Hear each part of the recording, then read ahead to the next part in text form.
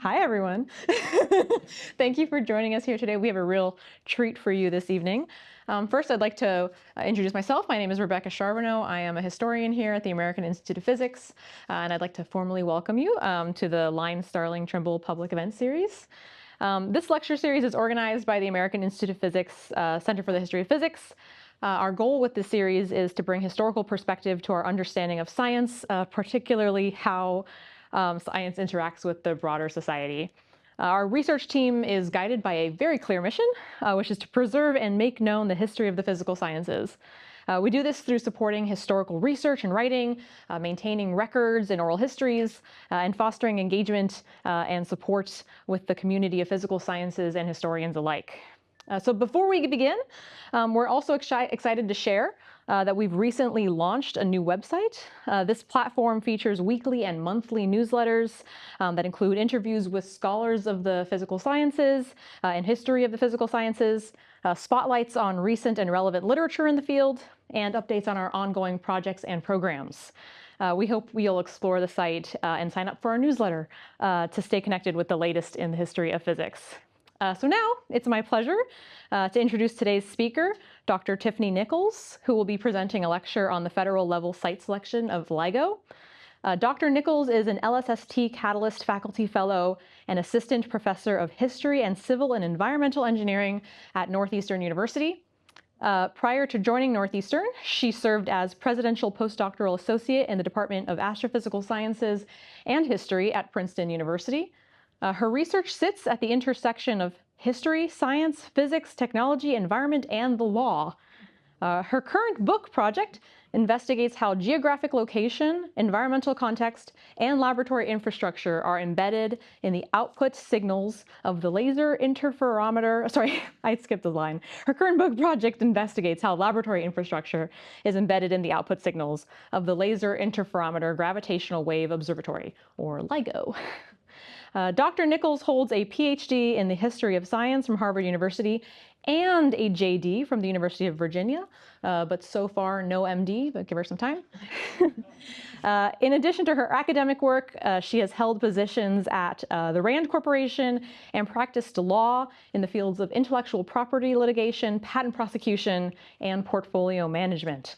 As you can see, she's a bit of a slacker, but I think she still has some very interesting things to tell us today. So with that, please join me in welcoming Dr. Tiffany Nichols.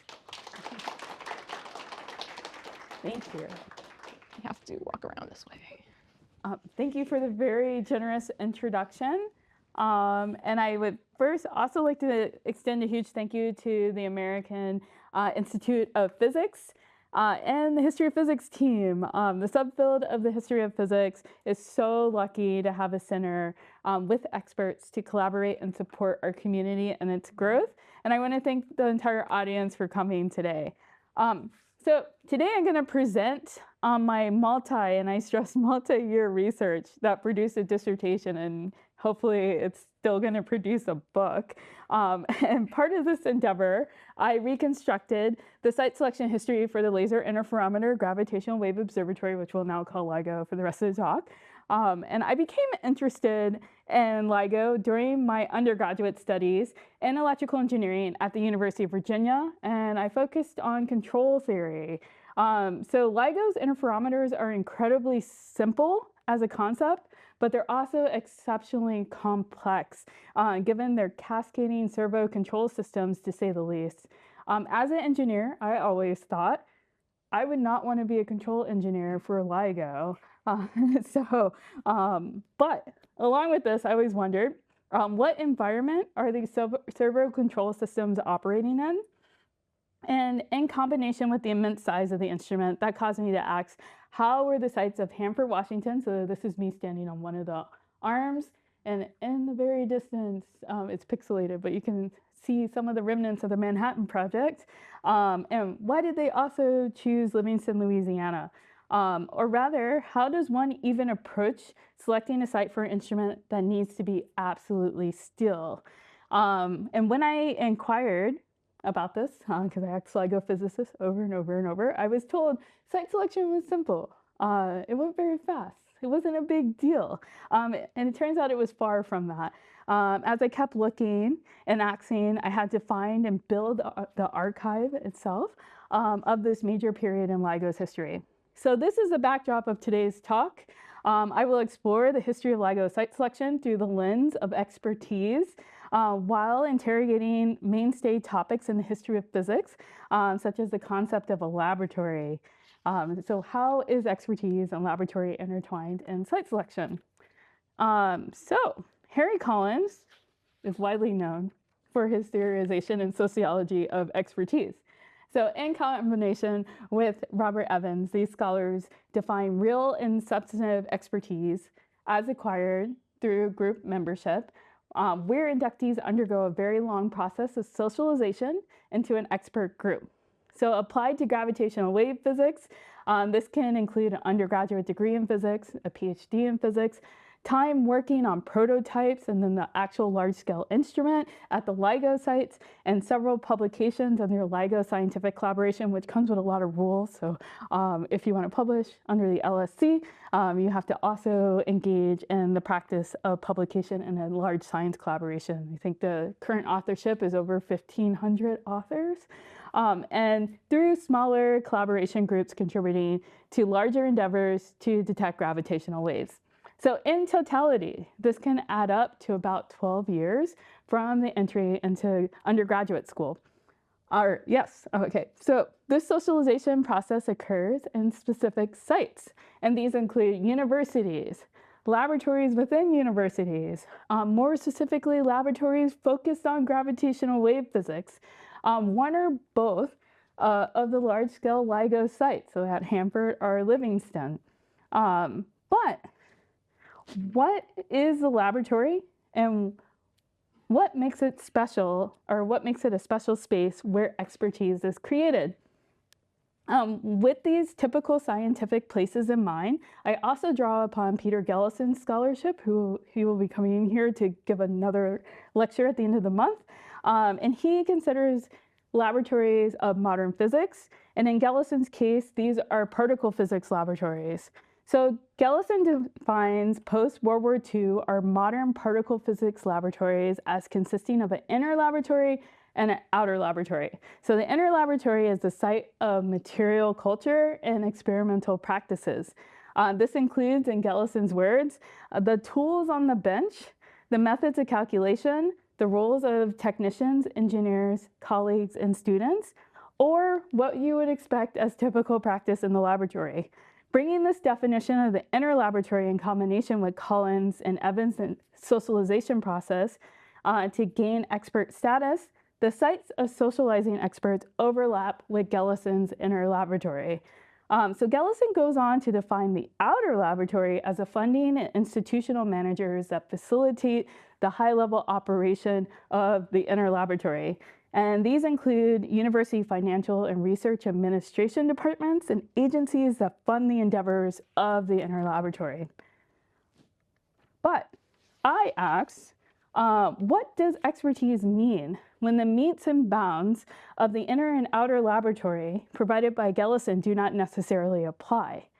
What does expertise mean when scientists have to engage in activities in which they are not socialized in or gain tacit knowledge in order for their laboratory to produce the results that they seek? LIGO is a perfect site to address these questions because LIGO's interferometers are so precise that the surrounding environment, stretching from the microscopic to the cosmic, can produce noise that masks or mimics gravitational waves. So gravitational wave physicists, individually or collectively, must have an encyclopedic understanding of the environment that surrounds these interferometers. So I call this environment the expanded laboratory environment because LIGO and other precision instruments necessitate a laboratory definition that encompasses all noise that can disturb the instrument's task of measuring length deformations at a photon level scale. And the next logical question is, how does one find ideal sites for such a precise instrument, and what role does expertise play when knowledge well beyond the typical scientific journey of socialization as an expert extends beyond the science of a traditional laboratory into the surrounding environment that now includes expertise about communities, land use law, property law, local, state, and national governance, especially in the area of science policy. And then we also have to include ecology, geology of the area. The list goes on. So I have organized this talk as follows. So we'll do an overview of gravitational waves and interferometry. And then we're going to take a quick excursion into the early site selection history of LIGO so you can see how the physicists interpreted their own expertise and how far they could reach that expertise. And then we'll look at LIGO's federal site selection. Along the way, I will highlight that the expertise at play, and how the boundaries of such expertise shape LIGO's site selection history. But first, an overview of gravitational waves and interferometry. Gravitational waves are the oscillating warping of space-time resulting from energy expelled when matter moves. So the gravitational waves that are detectable by LIGO result from some of the most cataclysmic events in our universe. So the collision of black holes, and they literally, when the black holes collide, our very geometry is stretched and squeezed. It's happening to us right now. It's just so small, we can't detect it. So what is the scale? So we all know the black hole image. So the M87 black hole, its diameter is about 10 to the 10 kilometers.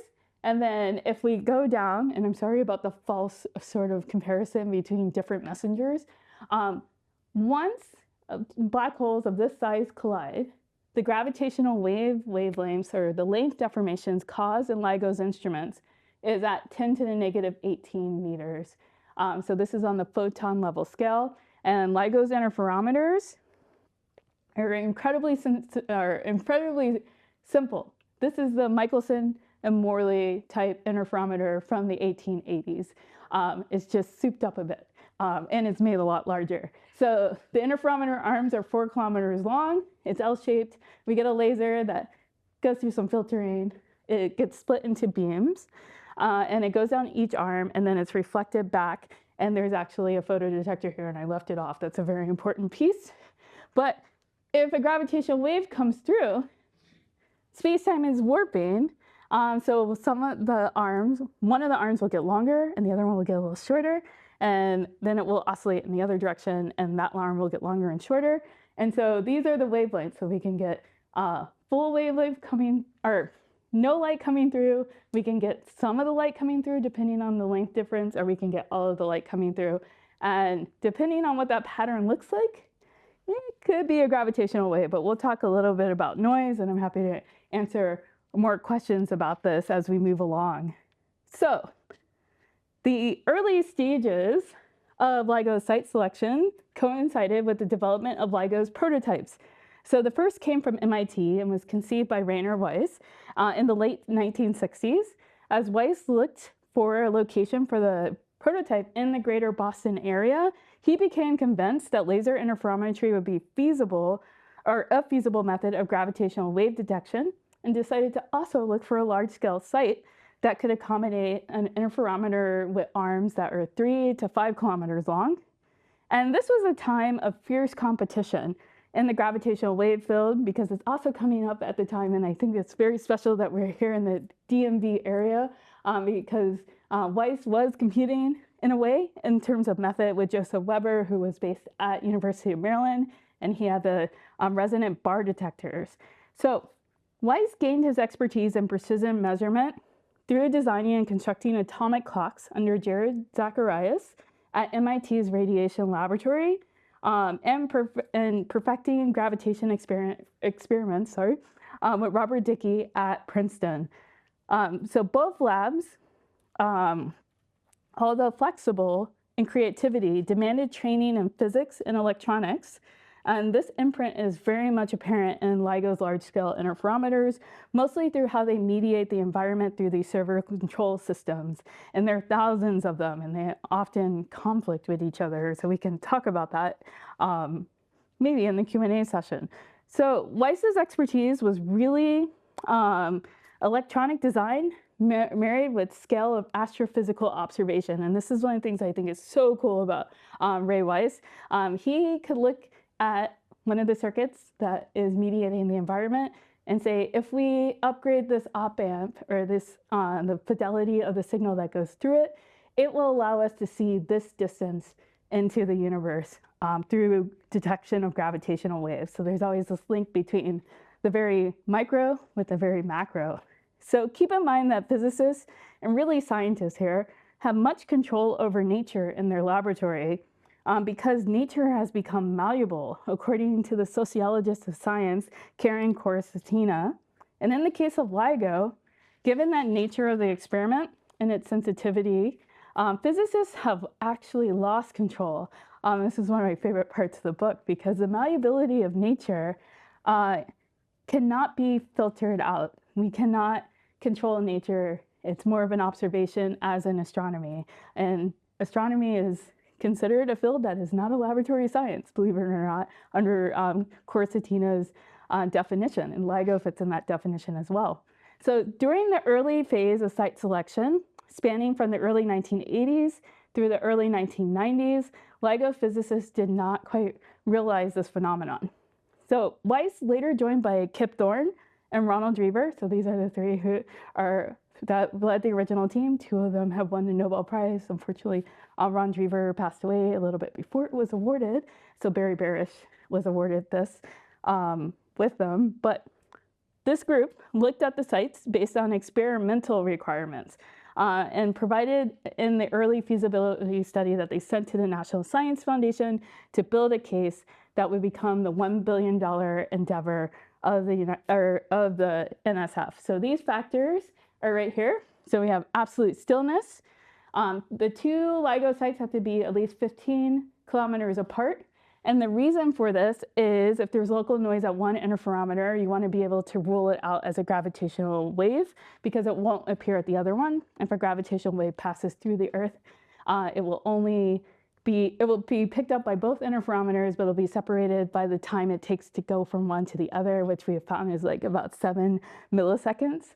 And then we want the sites to be non-active or barely in use. So these are rural sites, low population, and they distinguish this from seismically quiet sites. So you don't want to be near a fault.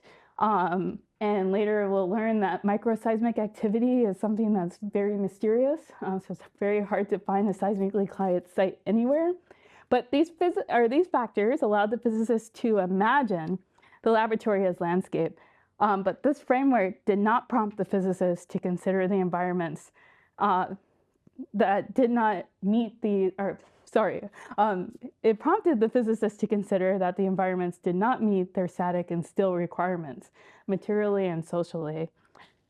So as I explore the early history of site selection with you, I want you to keep this quote from Collins and Evans in mind. Scientists are often asked to fill the role of generalized experts in matters remote from their specialism. And that is very much at play in LIGO site selection. So anyone who knows a physicist knows that a physicist can do anything.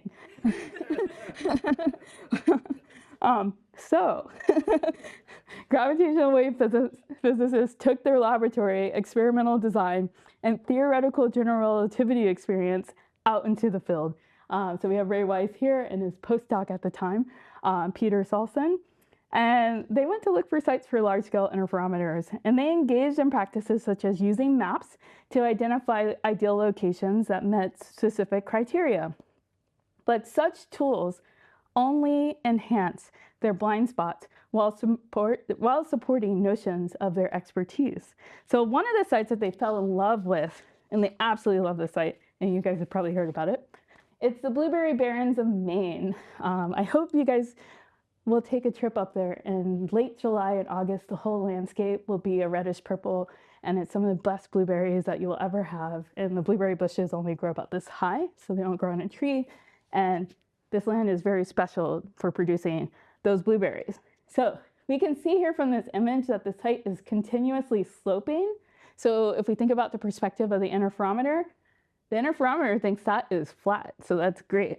It's in a rural area. It's almost the northernmost point of the northeasternmost point in the United States, before we get to the Canadian border off the coast of Maine. And to this day, because of the low bush blueberries have these rhizome root networks that run for miles long, and you cannot cut them up or else you'll take out acres of them. This type of blueberry resists mechanized harvesting. So it's a hand harvest with special comb-like rakes. And so to the physicists, they thought that was quiet, so perfect. So when they actually arrived, this is a view of one of the arms where they wanted to place it. But they then noticed, because it wasn't in the maps, the other arm had to deal with these granite upthrusts. So glaciers carved this landscape, gave a continuous sloping landscape, but it left behind these boulders. And boulders to blast through for a 3 to 5 kilometer arm costs a lot of money. So this was not, knowing that these boulders were there was not part of their socialization process as experts, because one would need sort of a geology background to know that those are there, or they would need to live in the area. Further, they would have to, when they saw the site, they would have to reassess their reliance on USGS topography maps that were largely created for militaristic and governmental purposes rather than the placement of a laser interferometer. Another nuance absent from the physics curriculum. Weiss still loved the site because as he looked for other sites throughout the United States, with Thorne and Drever, they started encountering problems at each location. And that made the places that appeared perfect on the maps less than ideal. And this happened over and over and over. So tucked away in a laboratory notebook, a tool that experimental physicists use in a typical laboratory, we have this image. And we can see how Weiss imagined the interferometer. So you can probably see the circle here. It's front and center. We have our physicist who's next to the vacuum and the laser. And all the characteristics of the landscape are in the background. And so I have them blown up here. And I love them. So the instrument is in the foreground, and the noise, which is blueberries, bushes, or blueberry bushes, sage, brush, cows, moose, coyotes, and bears, oh my, are all the way in the background. And his distillation of the site was not what was the reality of the site. So when Weiss began to do land negotiations to acquire the land, the perception has so many errors, and his expertise in physics obscured his ability to see what the local community saw. So Weiss saw an environmentally benign instrument. The locals saw their property being cut in two. So this is the largest part. So this is the interferometer arm. This is the largest parcel of land. Weiss actually thought all the land that they needed was owned by Jasper, who makes the frozen blueberries. But the largest parcel was owned by Renee Cotton. And when you harvest blueberries, you kind of creep back and forth this way. So imagine having a 3 to 5 kilometer long arm, and then it bends this way, and you start here, but you need to harvest here. You may have to go all the way around this way, or you might have to go all the way around the arm this way. And the physicists didn't think about that. But the local community did. And to them, that meant slowdown and loss and profits. And this is one of the poorest communities in Maine because they get most of their economy is basically made of this 2-month season of blueberry harvesting. So the same scenario repeated itself at site after site across the gravitational wave group. So in Caltech, they were looking for a West Coast site, and they identified the site in the Mojave Desert. It's a Hawes radio relay. It's drivable from Caltech, and it's actually near Hinckley, California. And if that rings any bells to you, that is where Aaron Brockovich dealt with all the contaminated water. It's like 12 miles from the site. So Ronald Drever loved this site. So he would send these notes and annotated to Kip Thorne repeatedly. And he's like, this looks like a good position for the 4-kilometer arm, sign Ron. Very tentative, but he would do this over and over, and he would basically flip the arm this way, flip it this way. Sometimes he would extend it to 8 kilometers. He would have a field day imagining this. And what happens is in Maine, the two interferometers, because gravitational waves are polarized, so they have dead spots where you can't do detections, and then they have spots where you can have good coincidence. You would have to arrange the other site, so this is in Maine, to coincide with this site, and this would wreak havoc because you would now have new landowners.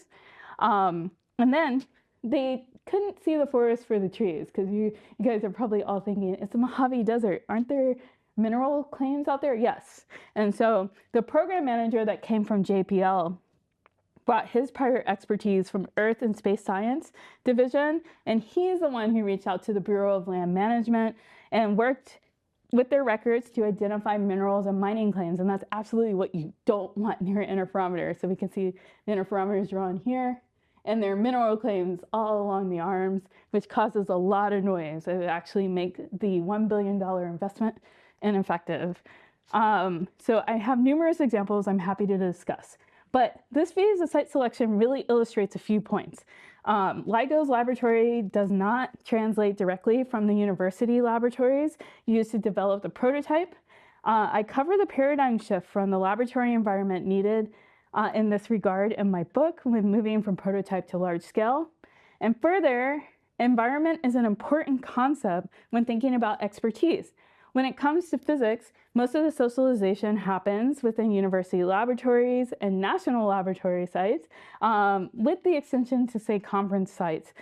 Gellison further claims that the experiment is, quote, not arbitrary, but is bound to the building of the devices and often material details of the instruments therein. This materiality is what contributes to the socialization needed to gain gravitational wave expertise. This materiality also contributes to the limits of their expertise. However, as mentioned, scientists are asked to serve as generalized experts, and this causes them to claim and posture expertise in spaces that are far from their purview.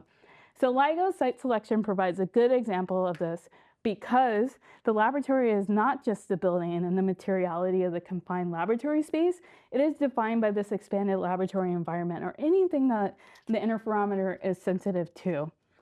So now I will shift to the federal level of site selection. And I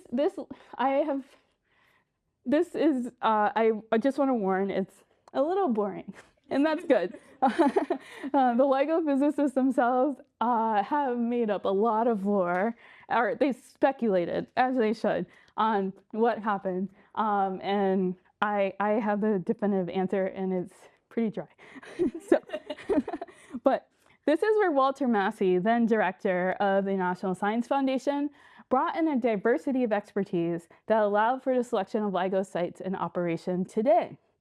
So let's start at the end. Oh, I have a summary slide, sorry. Let's start at the end, because that's exciting. So this is a press release when Massey actually selected the LIGO sites on February 19th, 1992.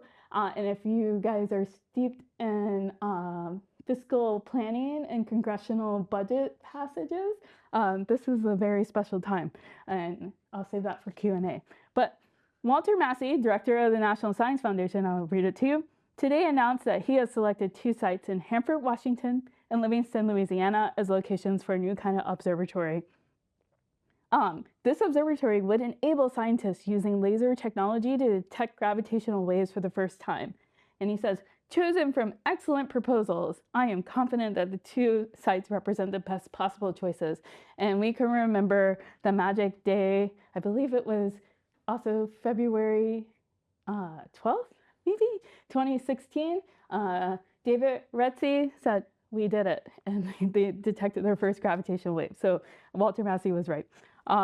However, the history of LIGO site selection has not been characterized as representing the best possible choices. The popular and widespread accounts are based on speculation from social scientists and LIGO physicists who were not directly party to the inner workings of the National Science Foundation and other levels of national governance. Rather, Walter Massey prompted the incorporation of a wide array of expertise and experts to approach the site selection holistically. So why would Massey be the one to do this? So he's a physicist himself. And my answer is Massey built his career across many environments and roles that allowed him to socialize in an eclectic array of expertise. Further, he was also a member of the Superconducting Super Collider Siting Review Committee. So he had prior knowledge of how the Department of Energy may go about siting, and he also saw the problems that came up. So further, the purely political supposition comes from sociologist of science Harry Collins, and he declared in his book Gravity's Shadow, which is you guys should all read it. And like my work is definitely in the tome of Gravity's Shadow, but he says it's politics. It was a competition, and favors being granted and grudges being repaid. Collins conjectured that Bennett Johnston, the senator from Louisiana, got in competition with some other senator and decided that LIGO would be built in his state. According to Collins, he says we can impute that the other senator was George Mitchell from Maine, and that there were certainly some political favors being granted and grudges being repaid when Louisiana was chosen. Jana Levin has also wrote a really cool book about LIGO's early history and has presented similar claims in this book. So founding LIGO physicists also believe that Massey chose a southern site because Massey is from Mississippi, and I can tell you that is not true. Massey chose the site because he wanted it to be successful, it being LIGO. So these simplifications of LIGO site selection do not provide a holistic and accurate picture of how LIGO sites were chosen, how NSF and the federal government approached the siting of big science endeavors, and how entities funded and managed projects requiring significant sums of taxpayer funds. By requiring LIGO's federal level of site selection, or by reconstructing this federal level of site selection, through archival evidence and oral histories, I elucidate how Massey incorporated diverse expertise to make an informed choice of the two sites that would allow for a new window in our active universe, and how this decision and its timing facilitated continued funding and progression towards the ultimate detection of gravitational waves. So what happened? Like, what was the chronology? So LIGO hadn't selected sites when it submitted its 1989 construction proposal, which was granted. LIGO Laboratories at the time was directed by Robbie Volt, and he put forward a site selection criteria that was not that different from the early phase. So the National Science Board had to then approve LIGO site selection criteria, and they did so in October of 1990. And it should be noted that the structure and relationship between the NSB and NSF is one of co-governance.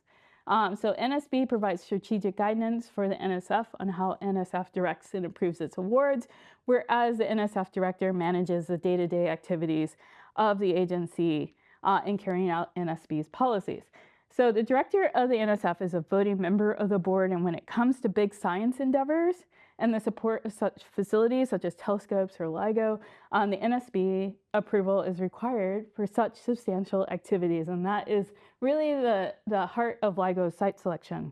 So at this time in the 1990, board members consisted of individuals from geology, nuclear physics, chemistry, physics, just straight physics, not nuclear physics, engineering, astronomy, medicine, paleontology, university administration, and economic governance. So with this team, the NSB reviewed and approved the major milestones and procedures that would mitigate the risk of this big endeavor that is LIGO. And the LIGO team proposed the following factors, and they just sort of overlap. It's a flat L-shaped foundational slab that's 20 feet wide and 2.5 miles long for each arm. Elevation difference it has to be very minimum, no more than 40 feet. Layout must avoid earthquake fault lines, floodplains, wetlands, although Livingston is in a wetland, but we can talk about the environmental management if you would like. Should minimize road and water crossways and have an access road. The solicitation further specified that LIGO should require two sites that were widely spaced apart, mirroring what I said earlier. So the solicitation for site proposals had to be a fair process, because up until then, it turns out Maine was very favored, but also Rainer Weiss liked to vacation in Maine. So it was one of the sites that he showed favoritism to. And since we're using so many taxpayer dollars, we had to avoid that. So what did they do in November of 1990? LIGO published their site selection solicitation in the Commerce Business Daily. I know it's very small, but I wanted to say that this is a whole site selection solicitation.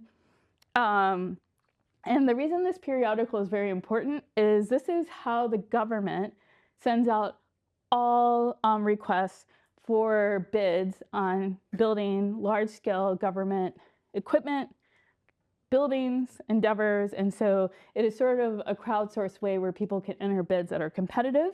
And so that gets us out of very closed environments, and a more holistic approach can be taken.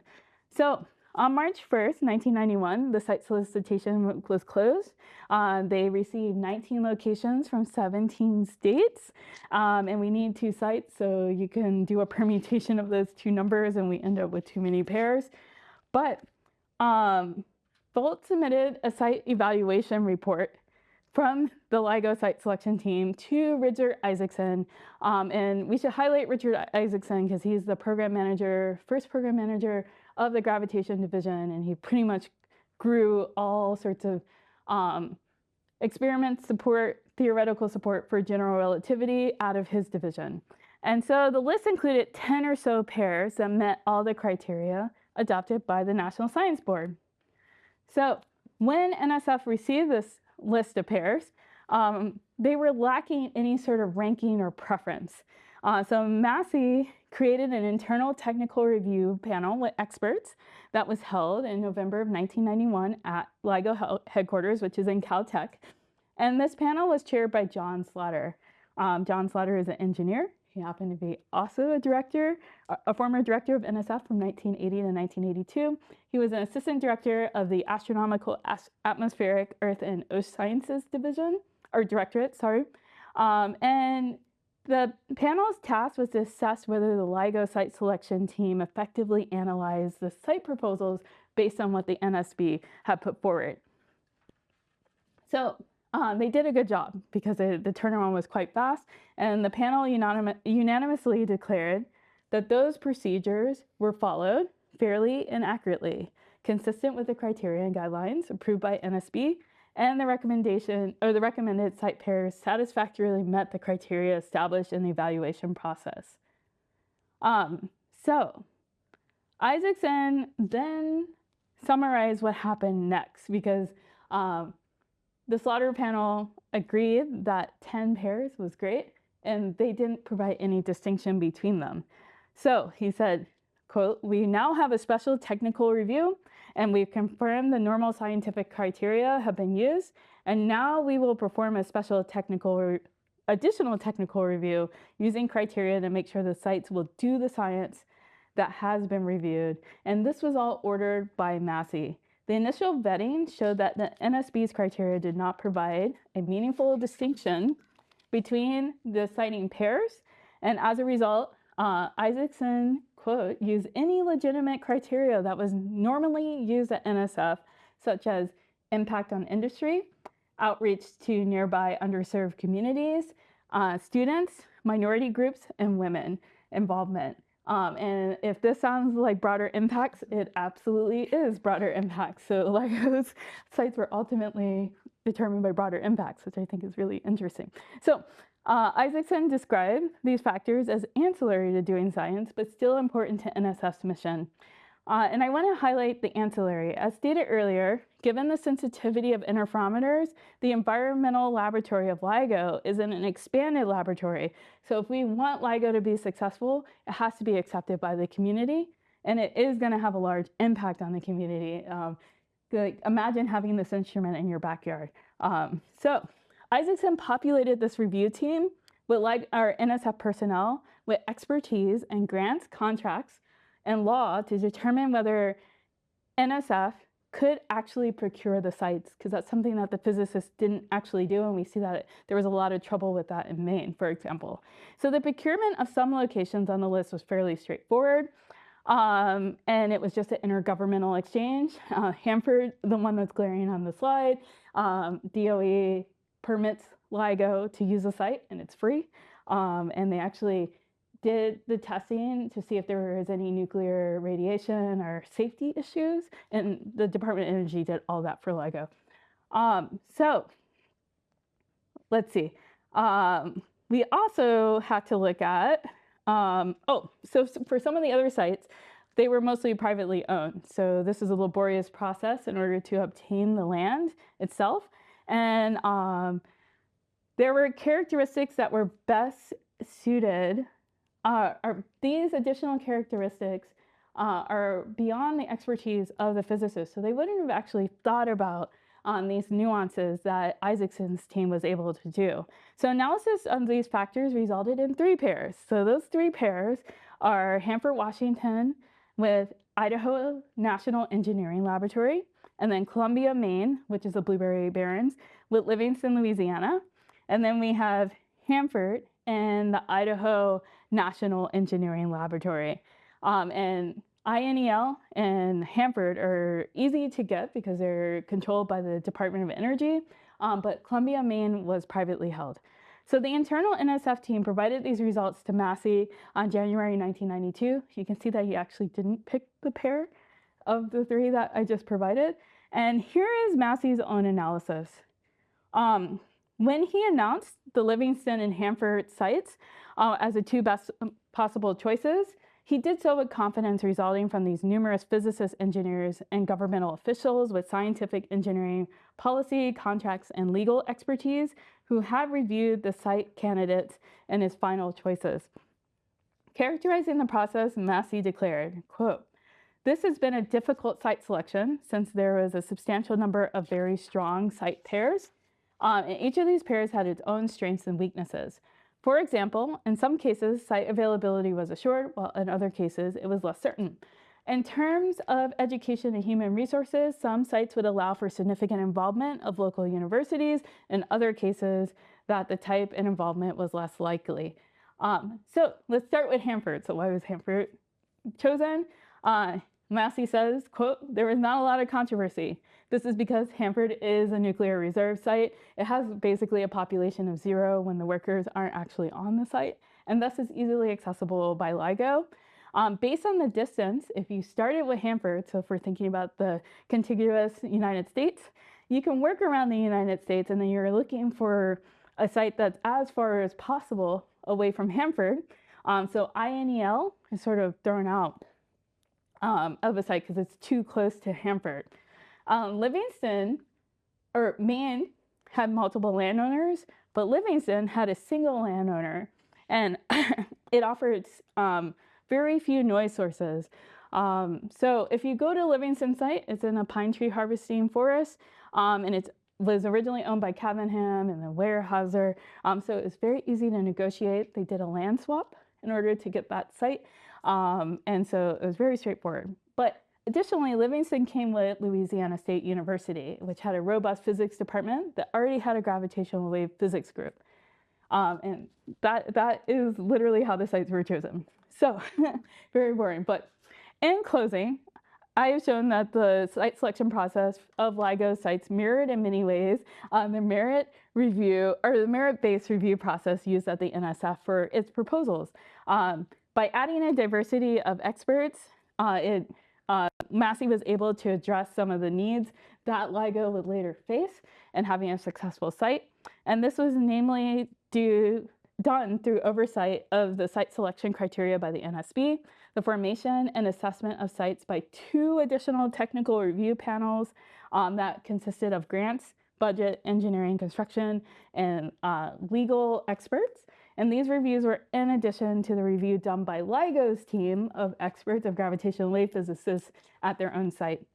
So as the Cosmic Explorer, so this is the next wave of gravitational wave detectors, the arms will be 10 times as long, so 40 kilometers long. I highly encourage them not to assume that their physics expertise offers them generalized expertise, but instead to seek out expert opinions and review across all fields that are included in this wider expanded laboratory environment. And I will close with the comparison of how LIGO physicists envision LIGO site selection after their own site selection history or search in 1989. And if we go here, this is what I'll leave you with. This is what they're envisioning LIGO in 1989. This is what they're envisioning for Cosmic Explorer today. So I hope they don't repeat the same mistakes. Thank you.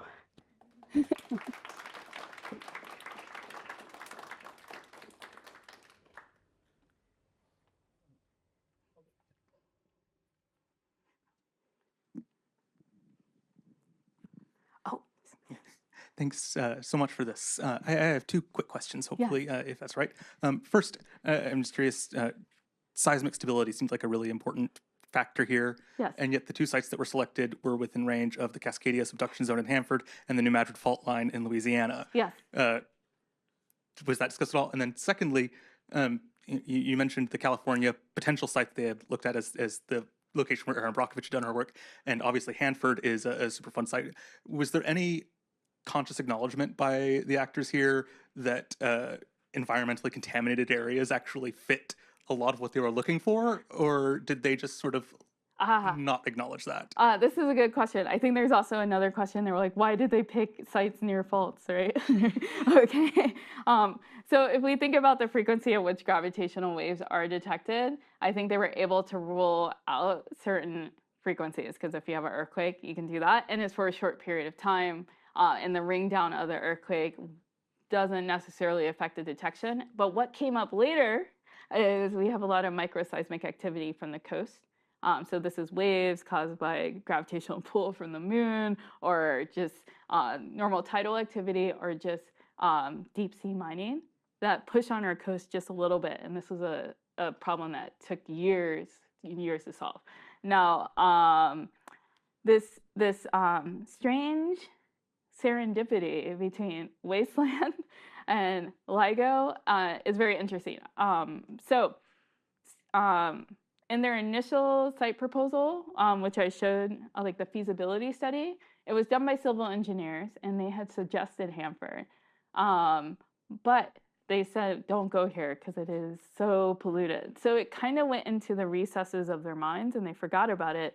And when the site solicitation came open, the Westinghouse engineers at Hanford are the ones who really wrote the proposal, and they were so good at. They had such a long history of seismic activity because of Hanford and nuclear waste that proposal was probably one of the best ones that came in. So if Jim Gunn told me the best thing ever about, like, I'm like, why did you pick certain sites to build your really cool digital sky survey instruments? And he's like, it's better to have a site that you know than a quiet site that you don't know. So I think it's an entanglement of those things, but they didn't quite think about the fact that there is sort of marrying between wastelanded sites and still sites. But that's something I talk about in my book because I think it's very cool. Thank you.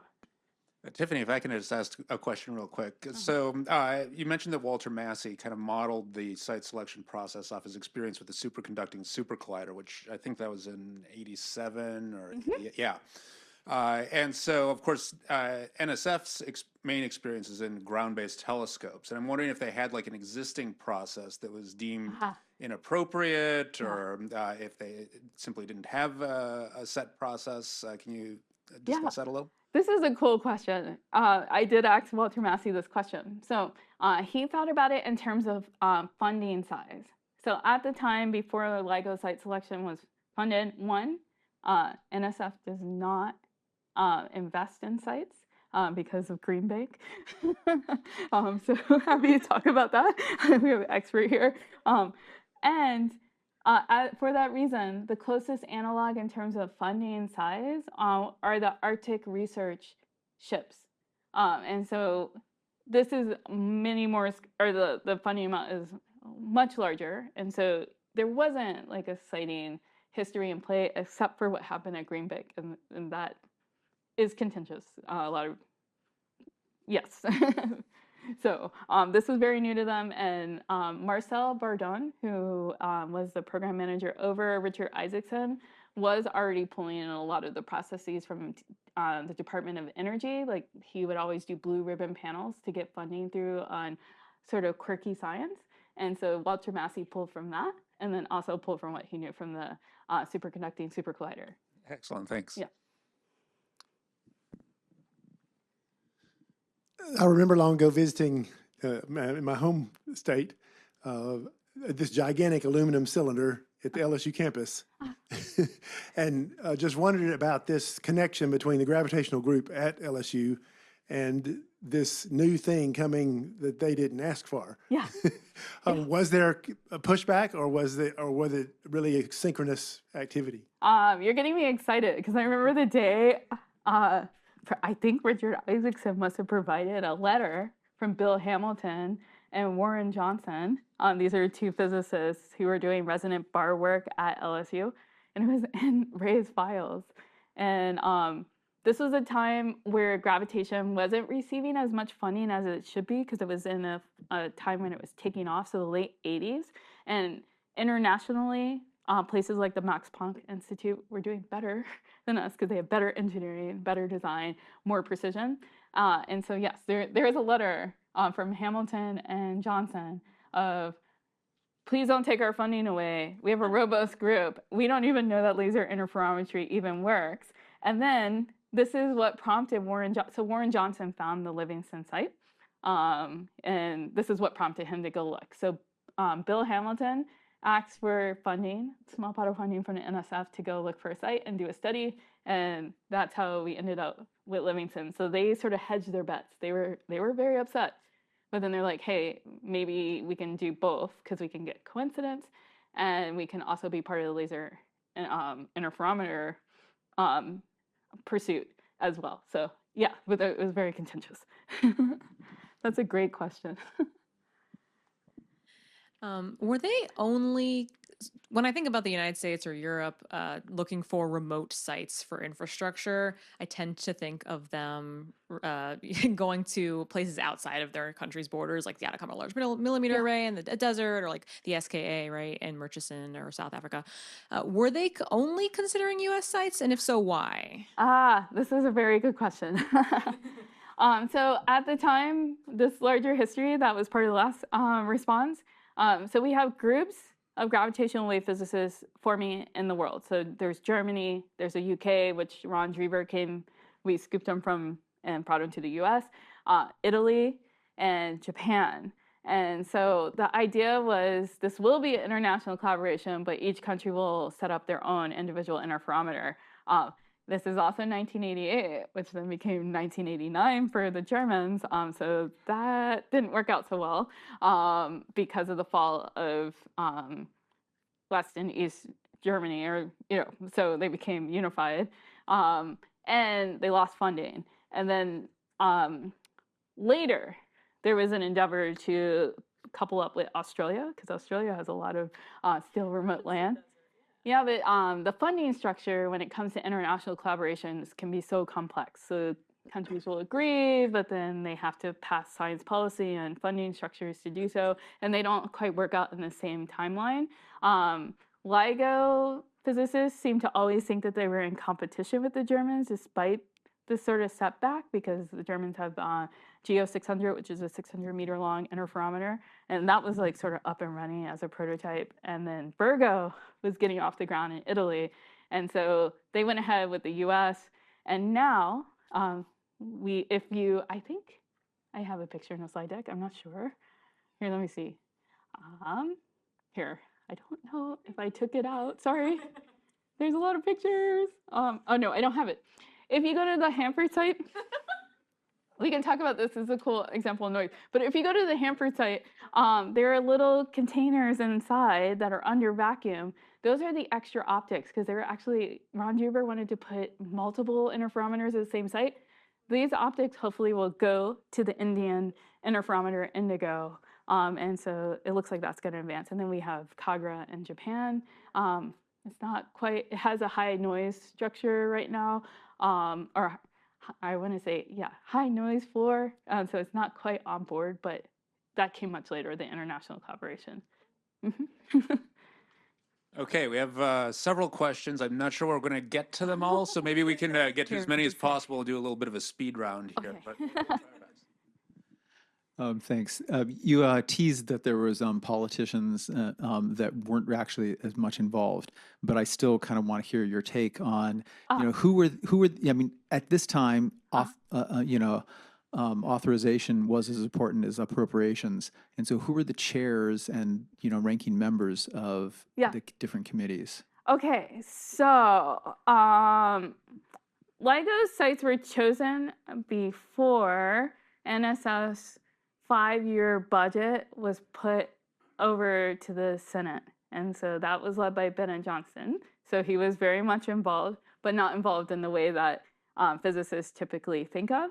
Because what happens in the old view is that SSC was killed and then LIGO got that funding. These were two separate endeavors. He moved the funding of NSF, the appropriations and approval of that, over to Barbara Mikowski of Maryland's committee, and she had Veteran Affairs, NSF, and I forgot the last agency, and it was funded as a line item separately that year. So if you look at the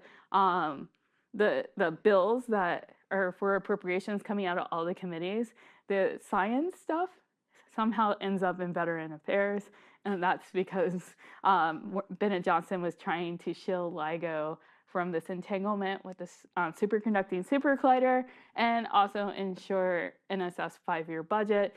And it did help that Massey had chosen Louisiana because there was also a strong contingent in the House around this time. So the February date is very important because all those people would then see, oh, we now have this soon to be $1 billion project coming to our state.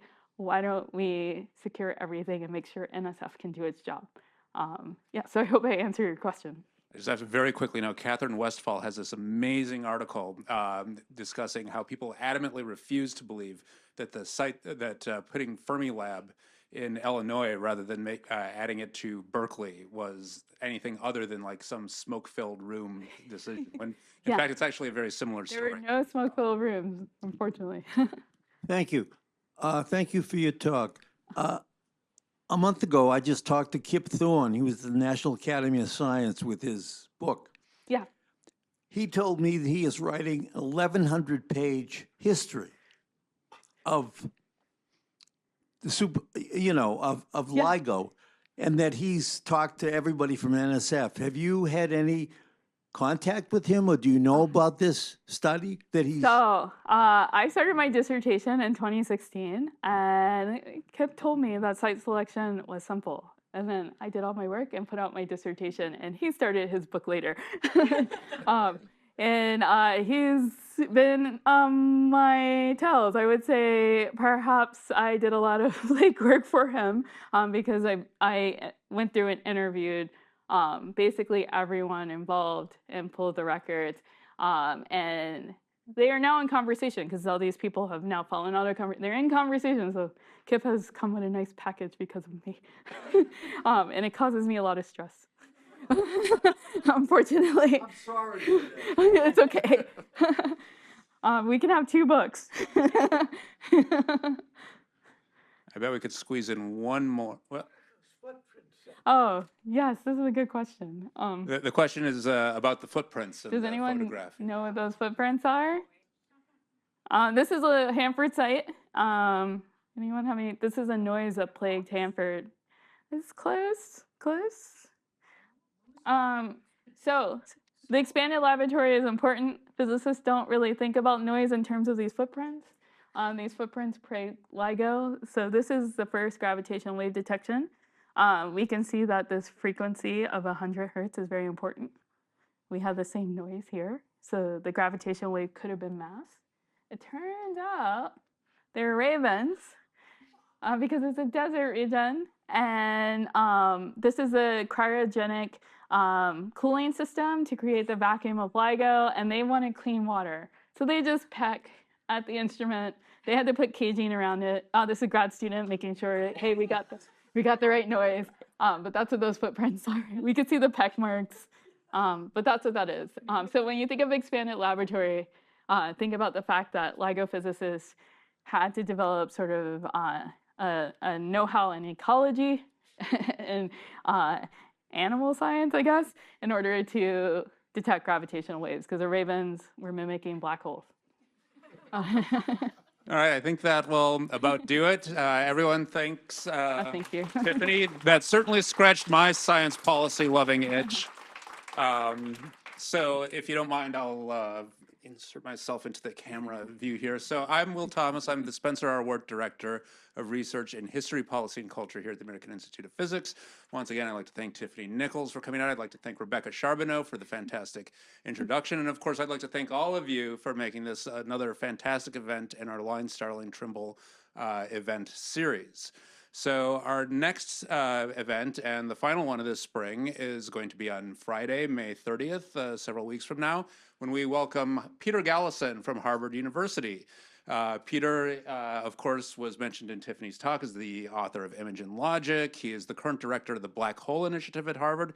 He is going to be talking to us about the role of history and philosophy in the Black Hole Initiative. And I think it's going to be a remarkable time. Of course, Peter is also both Tiffany's and my PhD advisor, so we'll be pleased to welcome him for that reason as well. So once again, thank you very much, Tiffany. Thank you for having me.